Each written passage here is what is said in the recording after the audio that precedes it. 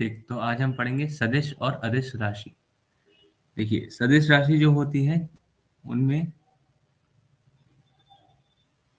परिमाण, दिशा या ऐसे बोलते हैं, सदिश वो राशियाँ होती हैं जो जिसमें परिमाण हो,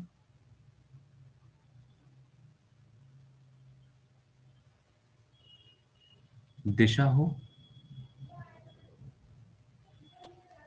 और वो सदिश योगों के नियमों का पालन करें। सदिश योग के नियमों का पालन करें। ठीक। अदिश वो राशि होगी जिसमें परिमाण हो। अब बात आती है ये परिमाण क्या होता है। देखिए, हल्के हल्के समझेंगे परिमाण क्या होता है, फिर दिशा कैसे आ जाती है, और फिर सदिश योगों के नियम क्या होते हैं, है ना। और सदिश राशियां कैसे सदिश योगों के नियम को पालन करती हैं वो भी समझेंगे। तो पहले समझ लेते हैं एक उदाहरण से। जैसे कि मैंने लिखा मेरा 70 किलोग्राम भार है। ये जो 70 किलोग्राम है, यही चीज है परिमाण। ठीक। या इसको हम ऐसे भी समझ सकते हैं, जैसे मेरे घर से तुम्हारे घर की दूरी 3 मीटर है। तो अभी यहाँ पर ये भी समझ में आ जाएगा कि सदिश और मतलब सदिश राशियों की जरूरत क्यों पड़ गई हमें। अगर मैं कह देता हूँ कि मेरे घर से तुम्हारे घर की दूरी 3 मीटर है और तुमको 3 मीटर चलना पड़ेगा मेरे घर तक पहुंचने के लिए, तो ऐसा कह देने से सिर्फ और या ऐसा पालन करने से मैं कभी तुम्हारे घर तक नहीं पहुंच सकता या तुम मेरे घर तक नहीं पहुंच सकते। क्योंकि अगर मान लो तुम यहाँ खड़े हो, ऐसा समझते हैं।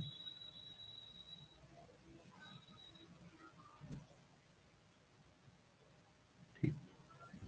परफेक्ट सर्कल नहीं बना।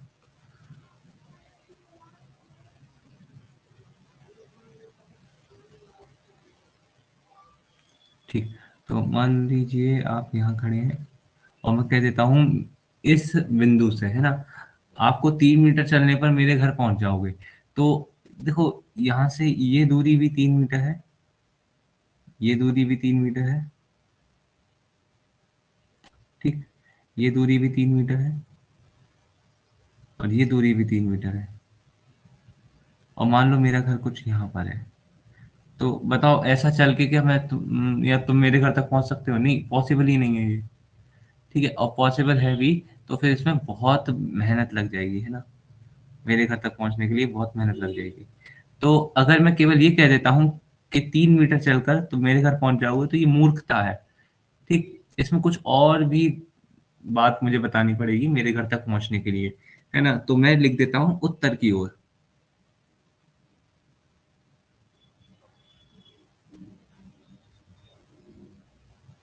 अभी आप मेरे घर पहुंच सकते हैं क्योंकि मैंने एक तो आपको परिमाण दे दिया है और एक दे दी है दिशा।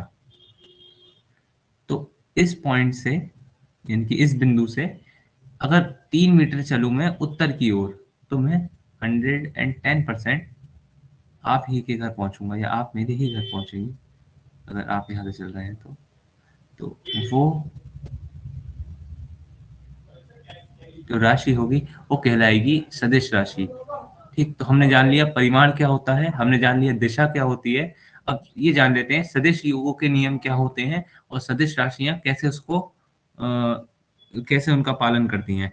तो वैसे सदिश योगों के नियम क्या कहते हैं। मान लीजिए कोई सदिश राशि ए है और ये कोई सदिश बी है, तो इन दोनों का योग जो होगा वो ये होगा। इसको मैं ए लिख देता हूँ।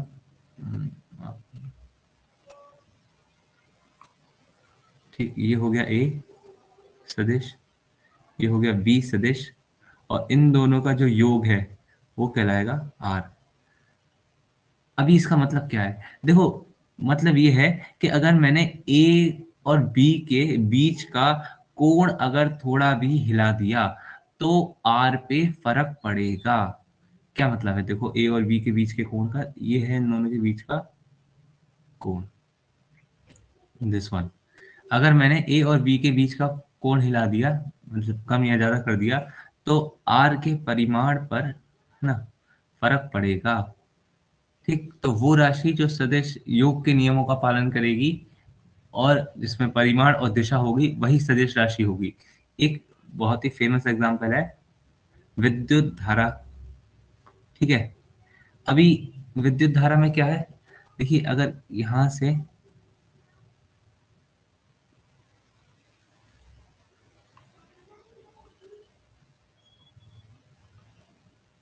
मान लीजिए 2 एम्पियर का करंट आ रहा है,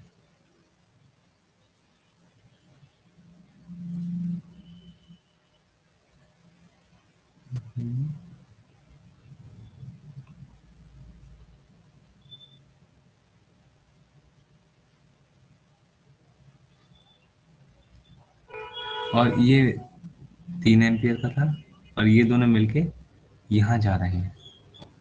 ये 2 एम्पियर का करंट है, ये 3 एम्पियर का करंट है ना। ये यहाँ से आ रहा है, ये यहाँ से आ रहा है, दोनों मिलके यहाँ पर एक जंक्शन है, ये दोनों मिलके यहाँ जा रहे हैं। तो यहाँ पर 5 एम्पियर का विद्युत धारा है ना, ये 5 एम्पियर की विद्युत धारा फ्लो होगी, है ना, प्रवाह होगी। तो अब यहाँ पर दिक्कत क्या है, देखो अगर मैं इन दोनों के कोण को चेंज कर देता हूँ, है ना, मान लो ये 30 डिग्री है, तो अगर मैं इसको 60 कर देता हूँ या 45 कर देता हूँ, फिर भी यहाँ पर 5 एम्पियर ही रहेगा, है ना, क्योंकि ये कोई सदिश युगों के नियम का पालन नहीं करता है। ठीक, लेकिन जो सदिश होती हैं, सदिश राशियां, उनमें सदिश योगों के नियम का पालन होता है। अगर इनके बीच का कोण अलग हो जाएगा, ए और बी के बीच का कोण, तो ये आर जो है वो कुछ अलग हो जाएगा। ठीक, अभी समझ लेते हैं सदिश का परिमाण कैसे दिखाया जाता है। तो मैं इसको थोड़ा ऊपर कर देता हूँ। तो कोई सदिश है जिसका आपको परिमाण दिखाना है, मैं लिख भी देता हूँ। सदिश का परिमाण, तो इसे दिखाने का जो तरीका है वो है ये। चलिए इससे पहले समझ लेते हैं कि ये सदिश और कैसे दिखाया जाता है ना। परिमाण से पहले सदिश के बारे में ही जान लेते हैं, सदिश कैसे दिखाया जाता है। तो मैंने ऐसे करके कोई तीर बना रखा है, ध्यान दो इसमें दो चीजें हैं। एक तो है ये तीर की लंबाई,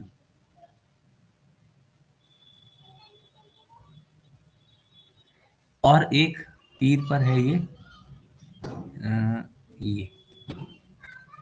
दिशा। तो ये जो तीर की लंबाई है, यही चीज होती है सदिश का परिमाण। अगर ये सदिश है जिसको हम ऐसे करकर ए के ऊपर एक एरो यानी तीर दिखाते हैं, तो इस सदिश में दो चीजें हैं। एक तो सदिश का परिमाण, जिसे हम ऐसे दिखाएंगे, और ये जो एरो है ये है सदिश की दिशा, और ये जो लंबाई है वो है सदिश का परिमाण। तो अगर मैंने लिख दिया है कोई ए सदिश है,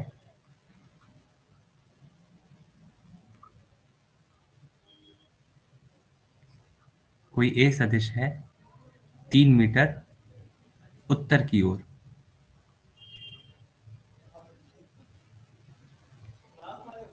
तो इसमें जो परिमाण है 3 मीटर, वो हो गया ये, और जो दिशा है, दिशा हो गई उत्तर की ओर। तो इसको मैं लिख भी देता हूं, उत्तर की ओर।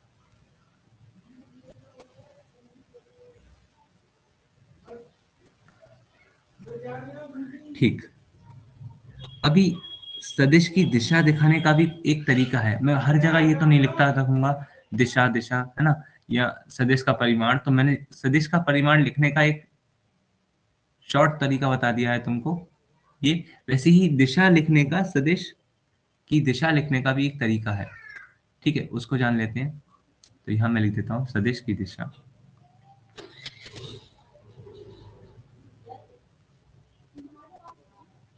की दिशा, इसको लिखने का तरीका है, ए के ऊपर ये टोपी, ठीक है, जिसे ए कैप भी बोल देते हैं। तो ये हमें सदिश की दिशा के बारे में बताता है। देखो ऐसा ही कैप आपको यहाँ भी दिख रहा होगा। और ये हमें सदिश के परिमाण के बारे में बताता है। तो ये जो उत्तर की ओर है ये दिशा है, और ये जो 3 मीटर है ये परिमाण है। ठीक। तो इन दिशा और परिमाण का ही, है ना, मिलकर जो चीज बनती है वो है सदिश। तो मैं लिख देता हूं, ये जो ए है, जो सदिश है, वो दो चीजों से मिलकर बना है। एक तो परिमाण और दिशा। और ये आप ऐसे भी देख सकते हैं, 3 मीटर परिमाण है, उत्तर की ओर दिशा है। तो मैंने 3 मीटर की जगह पर ए मॉड, इसे मॉड भी बोलते हैं ना, आगे पढ़ेंगे इस बारे में। उत्तर की ओर की जगह मैंने ये ए कैप लिख दिया है। ठीक। अब बात समझते हैं कि अगर कोई सदिश होता 6 मीटर उत्तर की ओर, तो इसका क्या मतलब है? तो इसका सीधा सा मतलब है कि ऐसा सदिश है जिसकी दिशा तो वही है जो ए की दिशा है, उत्तर की ओर और उत्तर की ओर, पर इसकी लंबाई थोड़ी दुगनी है। क्या मतलब? ये सदिश कुछ ऐसा दिखाई देगा। अ,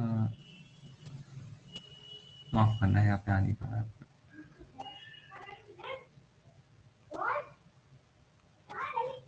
मैं थोड़ा पीछे बना देता हूँ इसको।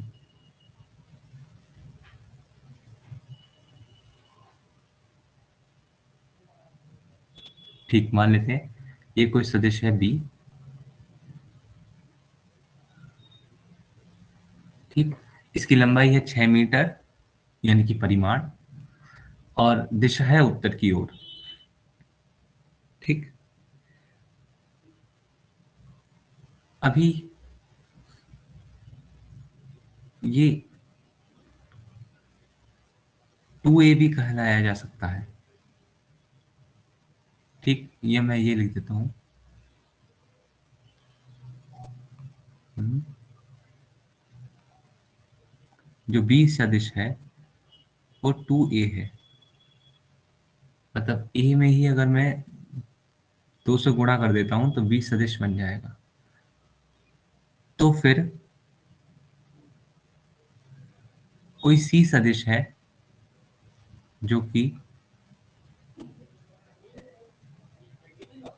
-3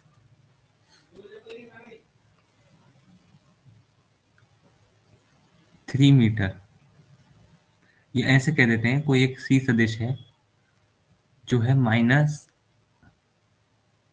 इसका क्या मतलब होगा? इसका मतलब ये है कि इसका परिमाण तो 3 मीटर ही है, पर इसकी दिशा उत्तर ना होकर दक्षिण है। ठीक। तो हालांकि ये उत्तर दिशा नहीं है जो मैंने दिखा रखा है, मुझे ऐसा बनाना चाहिए। ठीक। माफ करना, ये दक्षिण हो जाएगा और ये हो जाएगी अपनी उत्तर दिशा, है ना। तो अगर ये ए है तो ये वाला होगा -1। ठीक। लेकिन ये मैंने समझाने के लिए केवल ऐसा बना दिया है ना, हालांकि हम जानते हैं ये दिशा उत्तर नहीं है। तो मैं इसको बना भी देता हूँ। यहाँ बनाते हैं। ये हो गया उत्तर, नीचे हो गया दक्षिण, पूरब, पश्चिम। ठीक।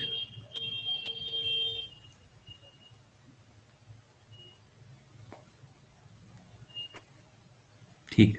तो सी एक ऐसा सदिश है जिसका परिमाण तो 3 ही है, परंतु इसकी दिशा दक्षिण है ना? या ये भी कह सकता हूँ, बिल्कुल एक ही दिशा के उल्ट है ना? अपोज़िट है। तो अब आगे पढ़ लेते हैं थोड़ा।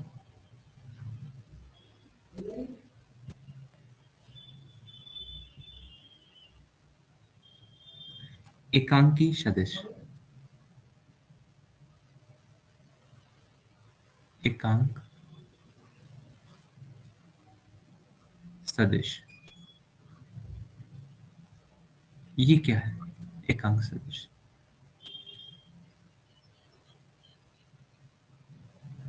देखो, एकांक सदिश वो सदिश है जिसमें, या ऐसा कह सकते हैं, ये वो सदिश है जो केवल दिशा दिखाता है। अभी सदिश तो वो होते हैं जिनमें परिमाण और दिशा दोनों होते हैं, तो ये सिर्फ दिशा क्यों दिखाता है? ये अच्छा सवाल है।